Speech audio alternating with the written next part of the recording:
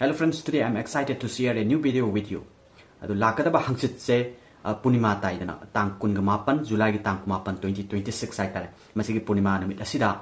akwigi tawya ba akoina kari kari tawya shorga mari lenana habadu matang dane ba akwigi yamna tentakna mayam sum mitna kongena ba video masam sum semjabane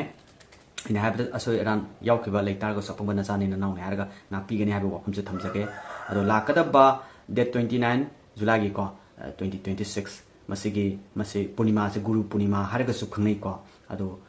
hariba Punima ingen gi Punima namine ingen gi Punima hadi ingela se kaino ko maite singo inadi mari suba thani sajibu degi paro sajibu kalen inga ingen haitare mari suba thani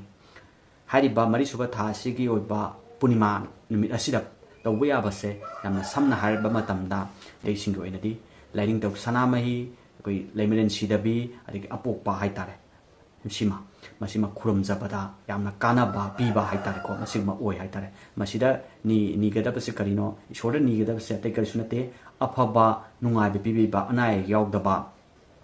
adagi angang nubi singda natra isa isu singda haitare ko isa isuda adi ipu bada adi nupana uta ga suni seta ju ai magi family punimak simi punimak se anai yaudaba khwaidi forise na da yektaba haibadun healthy oi ba haibadun ba nabu nadraba abitade honabu kudimakta koi kanaba phangak po haitara phanam paisa tale haitara taraga suko anai yaw taraga de madu kaisu kanaroi ba anai yawdaba masine kwai meluni ni dusi anai yawdaba adagi angang nubi masa masu sing gidamakta su kaitore mahi masingda adagi makoi ge ba samale manarakpada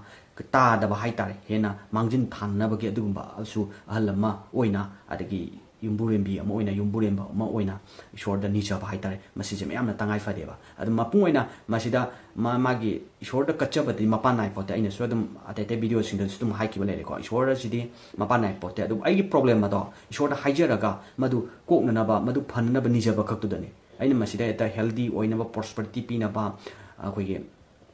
akoina apama goal do fangna ba kudimakse kaino akoigi problem dune akoina phoina apama khangde nija ba dune ba ishorda ni bai jati kesuna te ko anyway aduga mada kat kada bas mapanai pote adu mapung oina di akoi line tok sana mai da katna bas hai tar line tok sana mai gumba lemon si da bi adu apopo gumba katna rise mai chang da poche hai tar ko manam sing janga pi hai tar aduga sing se mapung oina sing se haibi ba sing jim di kawba ya di hai tar ko sing jim haibi raga maduda palwara kanda thong thaga mayam puna cha du ne ko imung adu gi myo sing je smai tawe yamna maru oina akhuna logdu sidi karino haim tamda Punima ingen gi Punima se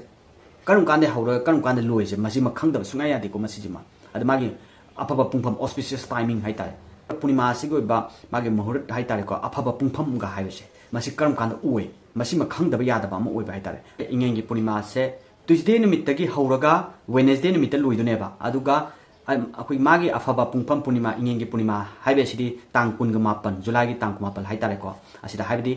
akoigi yumja kaisen mise masidana afaba pungpham di oiba Punima sidi oidune ba adu magi starting from Tuesday de hawa Tuesday pung 3:3 ga tare hai tar nungdang wairam gi pung 3:3 de hauraga yumja kaisen numit ingen gi Punima numit hai tar mapung oina loriba numit asigi numitang gi pung 9 ga minute 3 masida loidune ba adu itaragadi masigi afaba pungpham je karino sum akoina astrology gi tam sum khaidong nok matamda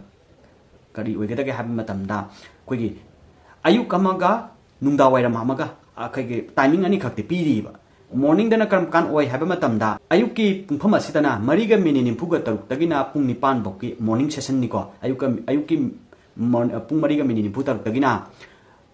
pung 9 bokse ayuk ki masida timing ama khakle marde ishorda ni jaba khurum jaba gi habani ko masi jama leire aduga nungthin gi timing hai tare afaba pungpham ni ko ani makse morning ama evening ama sum khaidok jaba wani evening sina ko gi pung 5 dagi horaga pung 3 makhai bo oi ba hai tare aduga Punima gi aroi ba tangkak sina karam bana pungpham na hai tare ga aina haje gi ba pung 9 ga mini 3 aduga hai di ba Punima hobagi timing se minute khara second khara adum sena badi khaga dum phange ko hotpa matamna ad ai calculation da smai phange aduna hai di ba ko pungpham ani se morning ama ga evening ama ga ad evening ina pung 5 de horaga pung 3 makhai phawa ama leire aduga ayukina pung 3 ga minute 4 tagina pung 9 bawa oi haiba akoi afaba pungpham ani je masida dum ishor khuram jaba ya hai tare ko akoi lain tok chana mai implement sidabi apokpa haiba sing je khuram ba ya apa lining sing dana akoi gi Lord Vishnu amadi ko says bias haiba ani se khuram ba afaba pungpham oina haibirami ko sina topa ma lejagare adu maite sing oina smai khuramba yai adu ayama matam da kamai to gam da punima se nupi sing oina haitare ko akogi ishor da khuramba da inungsit phanana ba konana ba haiduna akogi Khurram जब खरा दुम थिंगने जे मसिजो अफबन पुंफम हमने हाइतारे दो पुनिमा नुमित से मपुंग ओइना ईश्वर खुदिमक की ओइबा ईश्वर any आइना पिजरिबा ईश्वर सिन नत्तबि हाइतारे को ईश्वर माने पामजबा माने निंगनिबा मफम ईश्वर सिंग हाइतारे थोंग लाउना दुम हांगनी हाबिदि करिगिनो हाबिदंदा पुनिमा से अफबा ओइ अफबा नुमित ने अदुना अफबा नुमिसिदा ईश्वर खुरम जबदा यामना कानाबा ओजोइ तक फंगबा अफबा अदुम मदुम के प्रॉब्लम सिंग दो अदु ईश्वर दा हाइजरगा मदु कोकपिबा ngambagi ओइबा नुमित हाबिदु ओइबा असी इंगेन की पुनिमा खकिंग हंग नतेको पुनिमा खुदिमकसे अदा अफबु ओयबा मसी ओय अदुगा लाकदबा पुनिमा असी मपुंग ओइना नुपी सिंग इना खुरमलगदि हेना हेना कानाबा ओयगनी हाबे वफम से थमजगे अतोपा मियो सिंगदि हाइब इंगेन की पुनिमा से गुरु पुनिमा हाइरगजु कंगै हाइतारेको ओजा सिंग निंगसिंगबा हाइगद्रा माहि मसिंग तापि तंबिरपगो निंगसिंगजबा यामना मदुदा खुरमजबा मदुदा प्रेयर तोकजबा अदुगी बा यामना अफबा नुमित हमना हाइतारेको अदुगा सोमदा अखोइगी निजब मतम सुंगार इसा इसुगी माही मसिंगी थाक तो आइना साजु पंजगरे को मसिदा संखोनबा मयांग संगमाले मारकपदा हेन तादबा हाइतारे को मदुगुम खुदिमकसे को युम्बुरेमबा नत्रगा युम्बुरेमबि हाइतारे को मसिना निजे होगदबनि निजब नुमित असिदा यामना कानाबा अफबा नुमितनेना मसि आइगी साइटगी थमजगे हारिबा इंगेंगी पूर्णिमा असिदा अकोइना थादोकदबा मतम खरा लै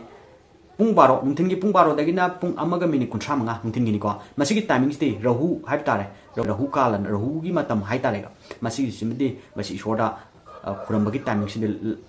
तौरिदमनि हाइ तारे को मसी अफतब मतमनेना हाइ रहु काल हाइ तारे पुंग बारो दगिना पुंग अमगा मिनिट 35 फावसे मसी जिमा थादोक पिगदबा इंगेंगी पूर्णिमा से याम अदुगी मदि काने मसी काने हैबो a good day for new beginnings starting project making a new decision taking initiative and showing leadership hai tare ko yamna phaba numit am oi ko numit asida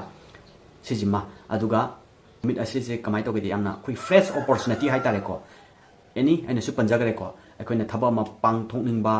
any akoina decision am longning ba bu oraga su yamna opportunity oi ba hai tare ko masi timing yamna phaba hai tare ko numit adu dum ishor da nije hoba yar hai tare ko yamna phaba numit oi masijima mayam thajaba or thajada dum laigani aina hana su dum hai gare thajabi ba sing ki oina di confident laina nasada थाजब थम्मे हायरगा ईश्वरबु निजहबा अदुगा तुंगदा लाकदा पुंसिदा अफबा नुंगाइबा कानाबा फंगमिनसी हाबे वफम से थमजरगा मसिगिदि मतंग सिद लोसनजगे अदो आई video से नुंगाइबिरगदि ला subscribe तौबिरमो मतुंग ताबदसु नुंगा नुंगाइबा video सिंग लोइना नमु पुदन लाक्सगे अदुगा करिगुंबा अदो मदुंगी future की खंगबा लेतारगसु नत्रगा करिगुंबा खंगबा करि अपामबा हाइतारेको लेतारगसु आई मखादा पिरिबा Instagram असिदा अकोगी एकदम dam talk संबिरो अदो मयांग अवाना दम याजगे यांगी ओइबा प्रॉब्लम सिंग हाइता अदुंग नत्रगा अदुंगी ओइबा अकोगी खंगनिंग बसिंग अदो अदम तातोक तासिन तंगनबगी अकोगी खुदोंग चाबा मा लोमिनसे अदो वखम थमजगे मसिगिदि Mathang सिलुसन thank you so much